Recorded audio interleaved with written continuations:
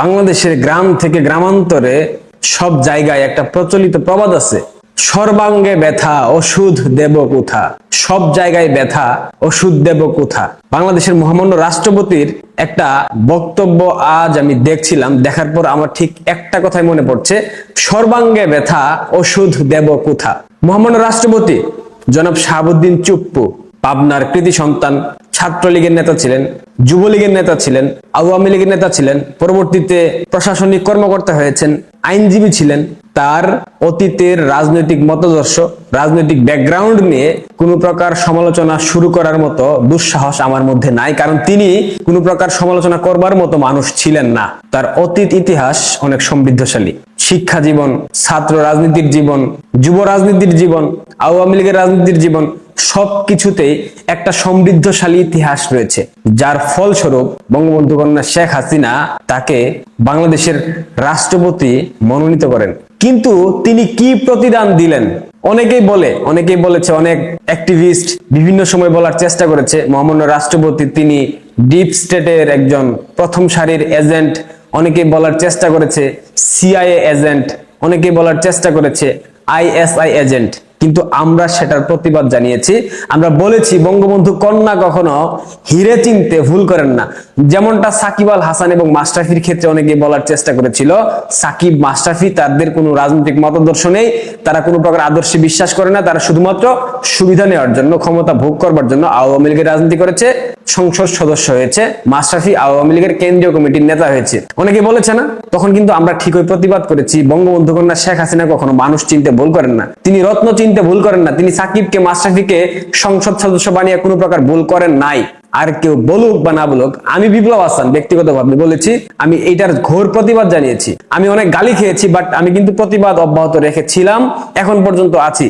সম্প্রতি মাশরাফি ভাইকে নিয়ে বিভিন্ন ধরনের সমালোচনা শুরু হয়েছিল, আমি কিন্তু মাশরাফি ভাইয়ের বিরুদ্ধে যারা সমালোচনা করেছে তাদেরকে খুব কঠিন ভাষায় জবাব দিয়েছি এবং আমি ব্যাখ্যাগুলো উপস্থাপন করে বলেছি এই বিষয়। সেখানে কিন্তু মাশরাফি ভাই উতরে গেছেন। 5 আগস্টের পর প্রায় 500 এর উপরে নেতাকর্মীকে জামিনের বন্দোবস্ত করে দিয়েছে মাশরাফি বিন মুর্তজা, এবং শুধুমাত্র জামিন দেয়নি, অসংখ্য ছাত্রলীগের নেতাকর্মীদেরকে চাকরির বন্দোবস্ত করে দিয়েছে মাশরাফি বিন মুর্তজা। এবং সাকিব আল হাসান তিনি দেশে আসতে পারছেন না, দেশের বাইরে থেকে তার যে দলীয় নেতাকর্মী সবার সাথে তিনি যোগাযোগ রক্ষা করে চলেছেন, সবাইকে সহযোগিতা করছেন।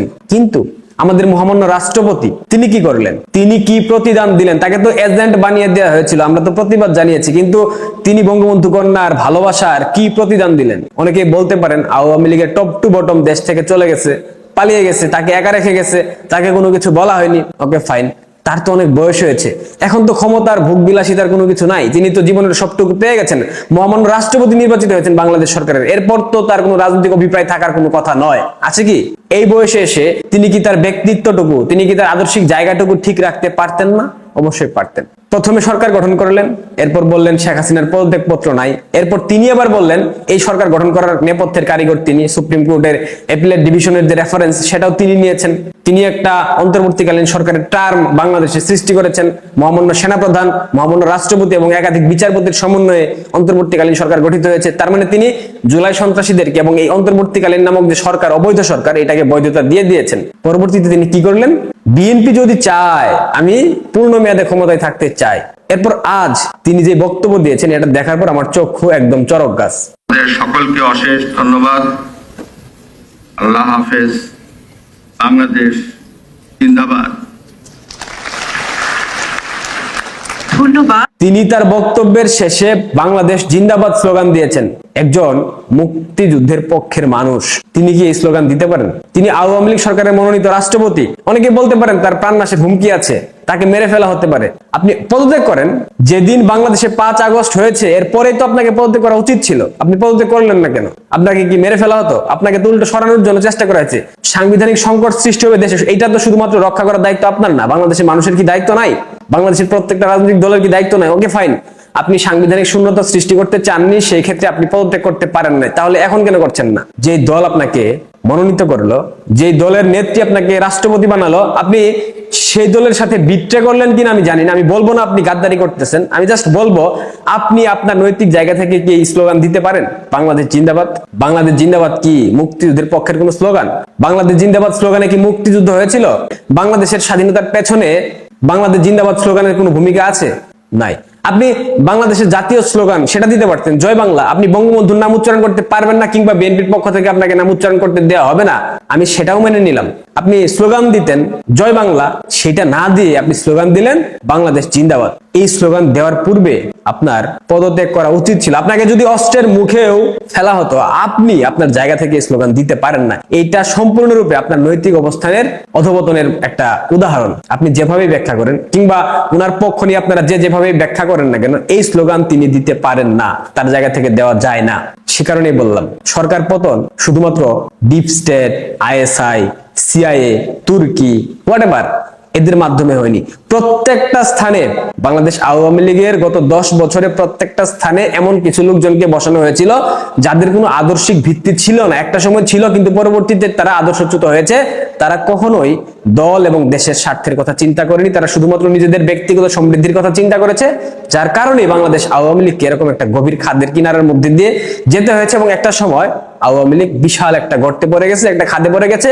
এই খাদ থেকে আদৌ উত্তরণের পথ কি এখন পর্যন্ত আমরা জানি না। তবে একটা বিষয় জানি, মাঠের ভূমিকা ছাড়া, অর্থাৎ মাঠে অবস্থান নেওয়া ছাড়া কখনোই এই সংকট কাটিয়ে ওঠা সম্ভব না। মহামান্য রাষ্ট্রপতি অনেকে বলেন এস আলম গ্রুপের দালাল, এস আলম গ্রুপ তার নিয়োগদাতা। হতে পারে তিনি যা করছেন, যে ধরনের কর্মযজ্ঞ তিনি ঘটাচ্ছেন, শুধুমাত্র ক্ষমতার লোভে, দীর্ঘমেয়াদে ক্ষমতায় টিকে থাকবার জন্য। মহামান্য রাষ্ট্রপতি, আপনি আজ যে স্লোগান দিলেন, যে নজির স্থাপন করলেন, এটা অদূর ভবিষ্যতে কোনোদিনও ভালো কিছু বয়ে আনবে না। আমরা মুক্তিযুদ্ধের পক্ষের মানুষ কখনোই আপনার থেকে এই ধরনের কর্মযজ্ঞ প্রত্যাশা করি নাই। আশা করি বুঝতে পেরেছেন। অবশেষে বোধহয় চূড়ান্ত মুক্তির স্বাদ পাচ্ছেন বাংলাদেশের রাষ্ট্রপতি, মহামান্য রাষ্ট্রপতি মোহাম্মদ শাহাবুদ্দিন। ডক্টর ইউনূস আমলে তিনি একরকম গৃহবন্দী ছিলেন, একরকম এটা বলে একরকম কারাবাসের মতন। তাকে অপমান অপদস্থ করা হয়েছে, তাকে হেনস্থা করা হয়েছে। ইভেন দো বাংলাদেশের রাষ্ট্রপতিদের যে ট্রেডিশন, সেই বিএনপি একরম বদরুদ্দোজা চৌধুরীকে সরিয়ে দিয়েছিল, কিন্তু তারপরেও একরম বদরুদ্দোজা চৌধুরী যতদিন রাষ্ট্রপতি ছিলেন সম্মান পেয়েছেন।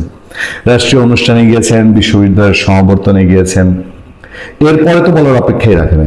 ইভেন আমি দুটো উদাহরণ আপনাদেরকে বলি। প্রফেসর ইয়াজউদ্দিন আহমেদ, ইয়াজউদ্দিন সরকারকে নিয়ে আওয়ামী লীগের প্রচুর আওয়ামী লীগ সমালোচনা করে। ইয়াজউদ্দিন আহমেদ বিএনপির কথা শুনে তিনি নিজেকে অন্তর্বর্তীকালীন সরকারের তত্ত্বাবধায়ক সরকারের প্রধান উপদেষ্টা ঘোষণা করেছিলেন। সেই নিয়ে আওয়ামী লীগ তোলকালাম করেছিল সারা দেশে। কথায় কথায় আওয়ামী লীগ তখন ইয়াজউদ্দিনের সমালোচনা করত, ইয়াজউদ্দিনের ভূমিকার সমালোচনা করত। কিন্তু আপনাদের মনে আছে কিনা, এই ইয়াজউদ্দিন আহমেদ তিনি থাকা অবস্থায় আওয়ামী লীগ ক্ষমতায় আসলো। 2008-এর নির্বাচনে যে আসলো, ফখরুদ্দিন আহমেদ যখন প্রধান উপদেষ্টা, ইয়াজউদ্দিন আহমেদ তো প্রেসিডেন্ট রয়ে গেছেন। সেই ইয়াজউদ্দিন আহমেদ প্রেসিডেন্ট থাকা অবস্থায় আওয়ামী লীগ ক্ষমতায় আসলো। সেই আওয়ামী লীগ কিন্তু ইয়াজউদ্দিন আহমেদকে ন্যূনতম কোনো অপমান অপদস্থ করেনি, ন্যূনতম কোনো হয়রানি করেনি। জেল জুলুমের হুমকি দেয়া তো দূরের কথা, এই যে এনসিপি ওয়ালারা এখন রাষ্ট্রপতি শাহাবুদ্দিনকে জেলে নেওয়ার হুমকি দেয়, যে তাদেরকে গ্রেফতার করতে হবে, তাকে অভিশংসন করতে হবে, আওয়ামী লীগ কিচ্ছু করেনি। আচ্ছা, আপনাদের মনে আছে না 96-এ আওয়ামী লীগ সরকার যখন ক্ষমতায়, তখন রাষ্ট্রপতি কাকে করেছিল? বিচারপতি শাহাবুদ্দিন আহমেদকে। বিএনপি যখন ক্ষমতায় আসে 2001-এ, রাষ্ট্রপতি শাহাবুদ্দিনকে কি বিএনপি কোনো অপমান অপদস্থ করেছিল? রাষ্ট্রপতি শাহাবুদ্দিন আহমেদকে মহা সম্মান দিয়ে রেখেছিল বিএনপি। বাংলাদেশে এটা ট্রেডিশন, এই যে সৌন্দর্য। এবং এরপরে আওয়ামী লীগের গত সময়টা ধরেন, জিল্লুর রহমান রাষ্ট্রপতি, আব্দুল হামিদ রাষ্ট্রপতি, আমরা তো প্রতি মুহূর্তে পর্দায় দেখতাম বিশ্ববিদ্যালয়ের সমাবর্তনগুলো আব্দুল হামিদ রম্য রসে ভাসিয়ে দিতেন। তার বিভিন্ন ট্যুর, বিভিন্ন কথাবার্তা, রাষ্ট্রীয় অনুষ্ঠানে প্রেসিডেন্ট উপস্থিত আছেন, আলাদা একটা গর্জিয়াসনেস। আজকে সেই বাংলাদেশের রাষ্ট্রপতি, যিনি যাকে গৃহবন্দী করে অপমান অপদস্থ করে দেশটাকে অপমান করে ফেলা হয়, দেশের মানুষকে অপমানিত করা হয়েছিল, তিনি মুক্তির স্বাদ পেয়েছেন পূর্ণাঙ্গ। প্রধানমন্ত্রী তারেক রহমান তাকে সম্মান দিচ্ছেন। প্রধানমন্ত্রী রাষ্ট্রপতির জন্য 15 মিনিট অপেক্ষা করছেন অনুষ্ঠানে। প্রধানমন্ত্রী গাড়ি থেকে নামার পর হাত বাড়িয়ে বাংলাদেশের রাষ্ট্রপতিকে সম্ভাষণ জানাচ্ছেন। এটা কি ব্যক্তি শাহাবুদ্দিনকে সম্মান জানানো? ব্যক্তি শাহাবুদ্দিনকে, তাকে কি মাথায় তুলে রাখা? তারেক রহমান এক ব্যক্তি শাহাবুদ্দিনকে মাথায় তুলে কি করবেন? না তুললেই কি হয়? এটা রাষ্ট্রপতির চেয়ার।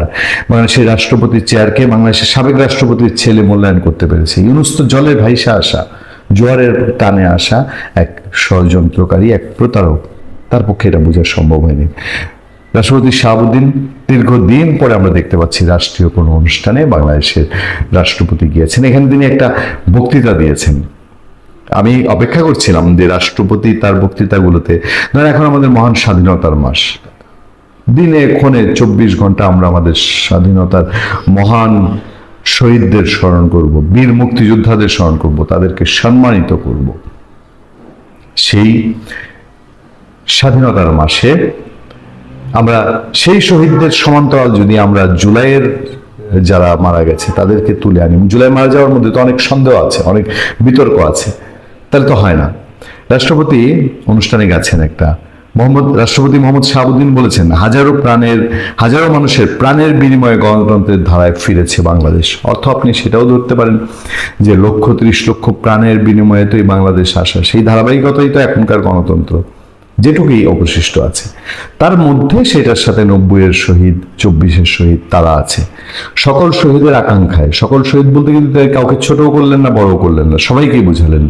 24, 90, তারপর আপনার 71 এবং এর মধ্যে দিয়ে বাংলাদেশের জন্য যারা প্রাণ দিয়েছেন, সকল শহীদদের আকাঙ্ক্ষায় বাংলাদেশ প্রতিষ্ঠিত করতে হলে আমাদের জ্ঞান বিজ্ঞান প্রযুক্তিতে আরো সমৃদ্ধ হতে হবে, অর্থনৈতিক স্বাবলম্বিতা অর্জন করতে হবে, গড়ে তুলতে হবে একটি স্বনির্ভর বাংলাদেশ। শুক্রবার সকালে ওসমানী স্মৃতি মিলনায়তনে জাতীয় পাট দিবস 2026 উপলক্ষে আয়োজিত অনুষ্ঠানে তিনি এসব কথা বলেন। ইউনূস আমলে যেটা অকল্পনীয় ছিল। তারপর তিনি পাট নিয়ে যেটা হওয়া উচিত তিনি দীর্ঘ বক্তৃতা দিয়েছেন। চাষিদের পাট চাষে আহ্বান জানিয়ে রাষ্ট্রপতি বলেন, আপনারা উন্নত প্রযুক্তির উচ্চ ফলনশীল চাষ পদ্ধতি অনুসরণ করুন। তিনি পুরোপুরি উদ্যোক্তাদের নিয়ে কথা বলেছেন। বাংলাদেশের পাট নিয়ে তার যা যা বক্তব্য, দিক নির্দেশনামূলক বক্তব্য, দীর্ঘ বক্তব্য তিনি দিয়েছেন। আমাদের কাছে এই জায়গাটাই সন্তুষ্টি যে আমাদের রাষ্ট্রপতি মানে বিচার ওই ব্যক্তি শাহাবুদ্দিন না, যুবলীগ করা, আওয়ামী লীগ করা যে শাহাবুদ্দিন তিনি না, দুদকে যিনি কাজ করেছেন তিনি না, ব্যাংকে যিনি কাজ করেছেন তিনি না, এই চেয়ারটায় যিনি বসেছেন তিনি এই চেয়ারের মহিমায় মহিমান্বিত। এই চেয়ারকে আমরা ছোট করতে পারি না। তারেক রহমান বাংলাদেশ সরকার ক্ষমতায় এসে যতটুকুলো পজিটিভ এই 20 দিনে বলার, আমি সবচেয়ে উল্লেখযোগ্য বলবো যে বাংলাদেশে এই চেয়ারটাকে যে অসম্মান করেছেন তারেক রহমান এই কয়দিনে, তার জায়গা থেকে তার নিজের শত্রু দল আওয়ামী লীগের নিয়োগ করা রাষ্ট্রপতিকে সম্মান দিয়ে তিনি বাংলাদেশকে সম্মানিত করেছেন। এই কথা বলতে কোনো দ্বিধা নেই। ভালো থাকবেন, সুস্থ থাকবেন। আপনাদের সাথে আমি আতিক রহমান, পূর্ণিয়া।